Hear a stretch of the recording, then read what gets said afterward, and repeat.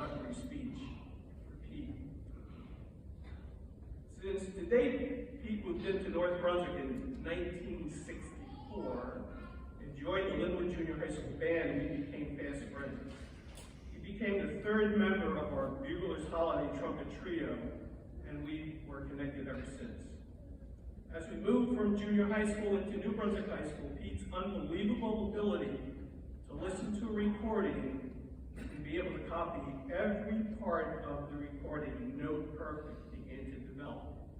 With no real formal training, he began writing arrangements taken directly from recordings.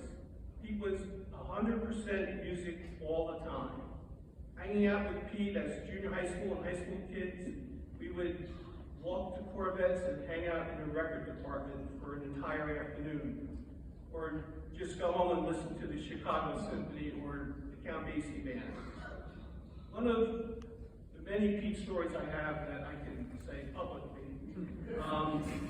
Pete had a part-time job at Bradley's department store. One day he called me and he told me to come to the store about around 2:30. He had something for me to hear. I was intrigued, so I showed up around 2:30, just in time to hear something on Muzak. He had timed the loop of the music that they played in the store, and it was a 2.5-hour loop, so he knew exactly when that song was going to reappear. So we sat at Bradley's and listened to the tune.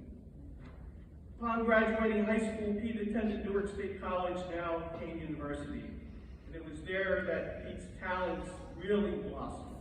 His interests in music were varied and broad. While at Newark State, he met a group of music students who had a rock band that was playing Chicago tunes without a horn section. So Pete offered to put together a horn section. He called me and another sax player who we went to high school with, and we joined the band Garage. Pete then wrote out the horn parts for every tune on the first 2 Chicago albums, along with Blood, Sweat, and Tears, and Chase, and Beatles, and we played continuously for almost 2 years. And if you were at Rutgers during this time, you heard us, as we played every track at Rutgers and then some. Pete's first teaching job was at his alma mater, New Brunswick High School. And this was a real challenge since North Brunswick was building their own high school at the time, and most of the North Brunswick students left New Brunswick, and with that took a large part of the band program. But Pete's ability to write arrangements for his particular instrumentation was well served. His next stop was Union High School, where Pete did student teaching. He was recruited to replace their legendary band director, and he was highly successful. During Pete's time, during this time, he became the ears for me and other arrangers for the Rutgers Marching Band. Whenever we needed a lead sheet for a song we needed to arrange, we would call Pete, and the next day we would have it. It was everything from Star Wars, Rocky, Maynard Ferguson, Stevie Wonder. Pete could supply us with what we needed. Our teaching paths finally crossed in the early 80s when Pete became the band director at Bridgewater Raritan High School East. He walked into a true hornet's nest of crazy band parents. Of course, no one here. He had a great band in his first year, but he left after that first year because of the crazy band parents. He was replaced by someone who also stayed 1 year because of the same reasons.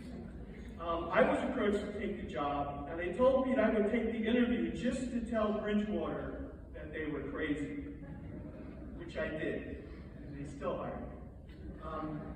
I took the job and inherited the freshmen and sophomores that Pete had taught, who are now juniors and seniors.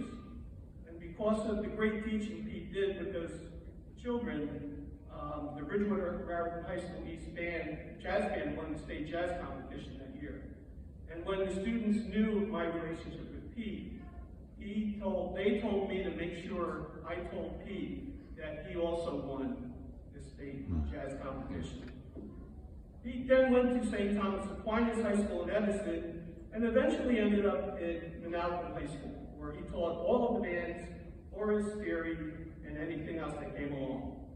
All during this time, Pete continued writing and arranging for various concert brass bands and jazz bands. He was an active lead trumpet player for numerous big bands, and he led his own band, the Korey Orchestra. He wrote every single arrangement for his band by hand, no computer. And one of his more notable accomplishments was he was hired by a singer who fancies himself as a Frank Sinatra singer. And he asked Pete to arrange all of the Nelson Riddle arrangements that he wrote for Sinatra, which Pete did. Another great Pete story was we were sitting at a rehearsal and Pete handed out one of the Nelson Riddle charts he lifted. And in the first trumpet part, he had a note in parentheses with a little asterisk next to it. So we couldn't figure out what that meant. So we asked Pete to come up, and he said, well, the big note is the note that was played on the recording. But the little note in parentheses was the note that should have been played.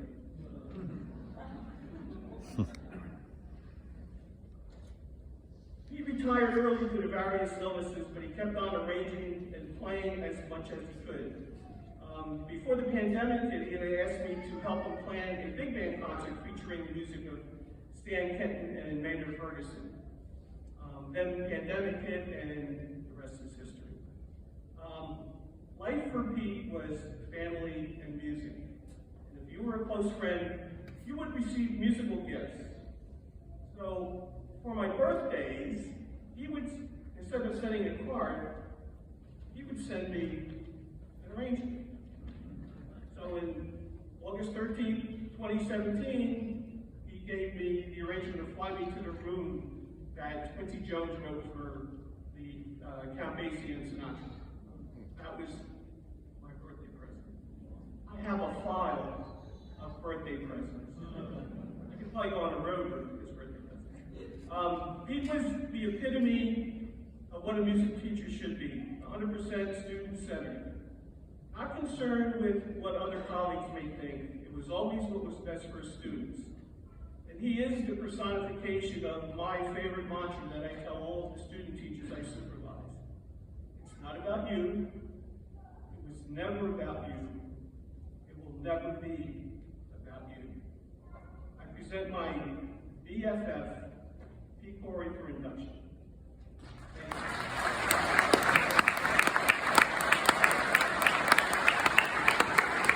Thanks, Nick. We'll always miss Pete. Rest in peace, and congratulations.